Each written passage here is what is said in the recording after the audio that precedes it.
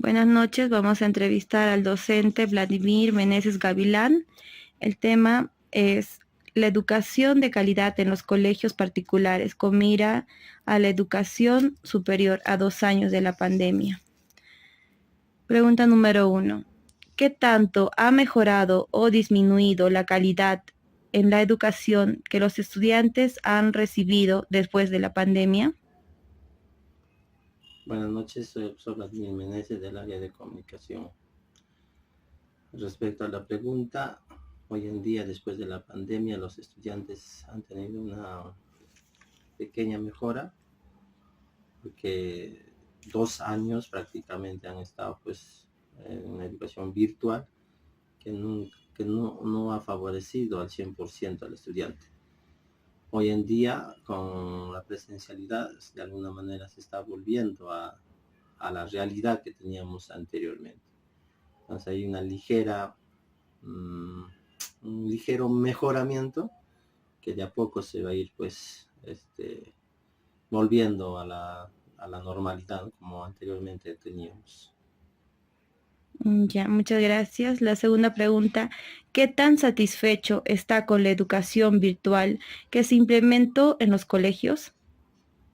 Sí, de todas maneras íbamos a llegar a esta realidad. Ahora la pandemia nos ha hecho trabajar de alguna manera virtualmente, pero hoy en día no solamente es la parte presencial y la parte, si se quiere decir, una enseñanza que se impartía. Hoy en día se tiene que utilizar herramientas tecnológicas.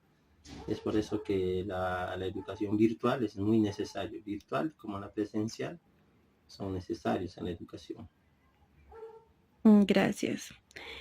Tercera pregunta, ¿qué tanto le costó adaptarse a la enseñanza virtual? Hubo un pequeño confrontación, adaptación, ¿no? Porque ya la mayoría de docentes a nivel nacional solamente estaban pues, a una educación tradicional, se quiere decir. Pero ya con lo virtual, hoy en día, pues, como ya mencioné, es una herramienta necesaria.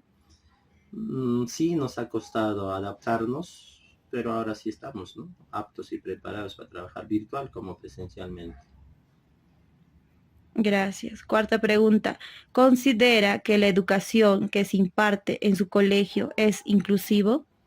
Sí, la educación peruana es inclusiva. Eso también ha costado adaptarse porque hay estudiantes de diferentes ritmos de aprendizaje, ya, y tenemos, ¿no? En mi institución educativa tenemos algunos estudiantes, si se quiere decir, con alguna dificultad en el aprendizaje, ¿no? Y sí considero que mi institución es inclusivo porque se acepta todo tipo de estudiantes. Gracias. Quinta pregunta, ¿es suficiente la educación que se imparte en el colegio para que el alumno pueda ingresar a la educación superior?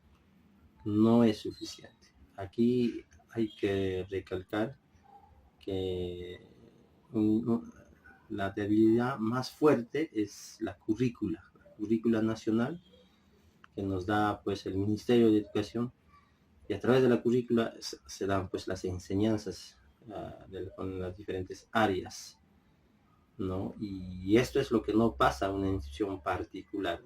Una institución particular tiene su propia currícula, a pesar que deben estar dentro del Ministerio de Educación, pero ellos tienen pues áreas que se enseñan en las academias, lo que no pasa en instituciones públicas. Es por eso que un estudiante egresado de la institución pública necesariamente tiene que ir a una academia. Entonces esto no es pues el trabajo del docente o la institución.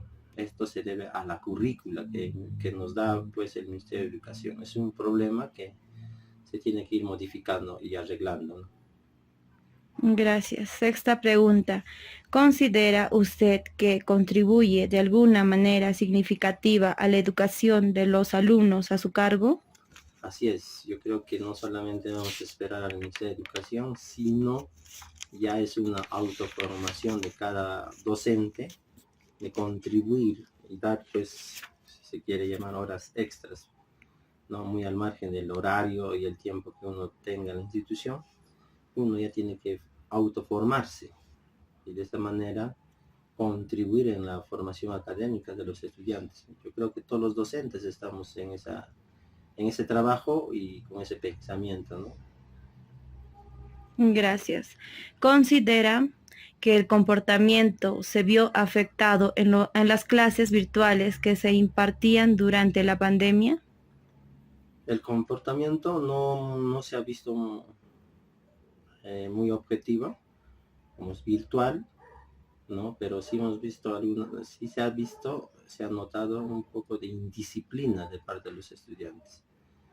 No se les podía obligar que se conecten y a través de cámaras, solamente era audio, ¿no? Y la mayoría de ellos pues no estaban en el aula virtual, solo algunos, las participaciones eran muy pocas, ¿no? Y ese tipo de comportamiento no ha sido favorable para el estudiante, ¿no? Para que no tenga, es por eso que hoy en día, después de 2 años de pandemia, tenemos dificultades que tienen que superarse en los estudiantes. Gracias. Esa es la pregunta 7. Ahora, la pregunta 8 es, ¿cuál es su opinión frente al sistema de calificaciones que el ministerio ha impartido en los últimos años? Cuando hablamos del sistema de evaluación y calificación, se ha ido modificando. Antes era pues tipo numeral, hoy en día ya es pues una calificación mm, a través de las rúbricas, ¿no? Donde dicen inicio, proceso, logrado y destacado, ¿no?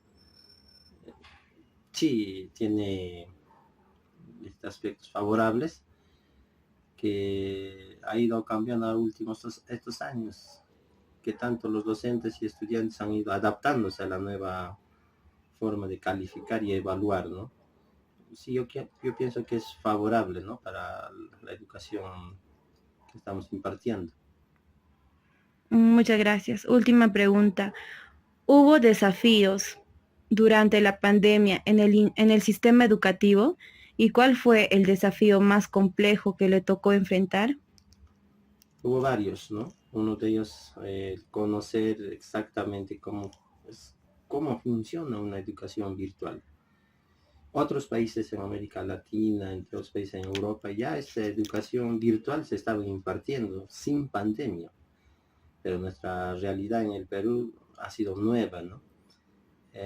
Dificultades, empezando los profesores, ¿no? Que no desconocían algunas herramientas tecnológicas como los estudiantes. Ahora, cuando los estudiantes dicen que saben de internet, sabrán, pues, pienso, de las redes sociales, pero manejar herramientas tecnológicos y educativos también ellos han tenido que conocer. Otra de las dificultades fue el internet, ¿no? Carencia de internet en varias zonas, especialmente zonas rurales, donde no se ha contado con esa, ¿no? Con esa necesidad de contar el internet. Eso ha sido otro problema. Otros problemas diferentes que hemos tenido fue pues que no contaban con un laptop o una computadora y solamente ingresaron al aula virtual a través de celulares. Entonces, eso también ha sido otro problema. Pero el problema principal ha sido pues la, la carencia de internet, especialmente en las zonas rurales. Gracias. Gracias.